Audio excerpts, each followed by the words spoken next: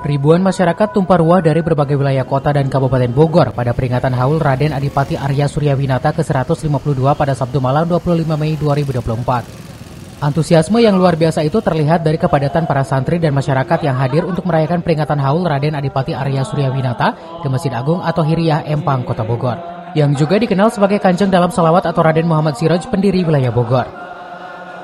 Acara ini tidak hanya dihadiri oleh warga Bogor, tetapi juga mendapat kunjungan dari luar kota termasuk dari Kabupaten Purwakarta dan Kabupaten Sumedang. Masyarakat yang hadir dalam acara haul ini tidak hanya berasal dari kalangan masyarakat biasa, tetapi juga dihadiri oleh pejabat-pejabat penting.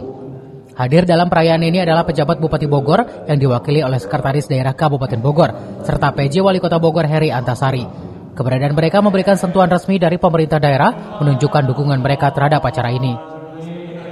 Selain para pejabat, tidak ketinggalan juga sejumlah tokoh masyarakat dari sekitar kota dan Kabupaten Bogor yang turut hadir dalam peringatan ini.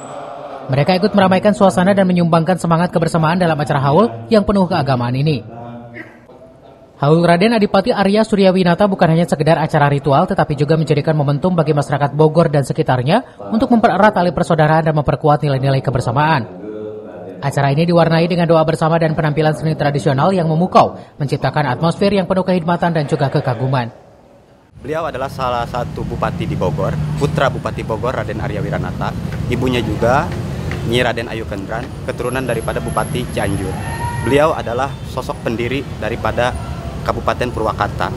20 Juli 1831, beliau memindahkan ibu kota dari Wanayasa ke Sindangkasih dan mengganti nama menjadi Purwakarta. Itu adalah sosok beliau yang dimana kita harus mengenang, meneladani, dan melanjutkan perjuangan cita-cita untuk memakmurkan masyarakat.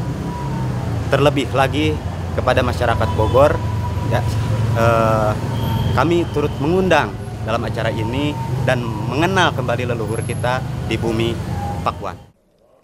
Dari Kota Bogor, tim liputan melaporkan.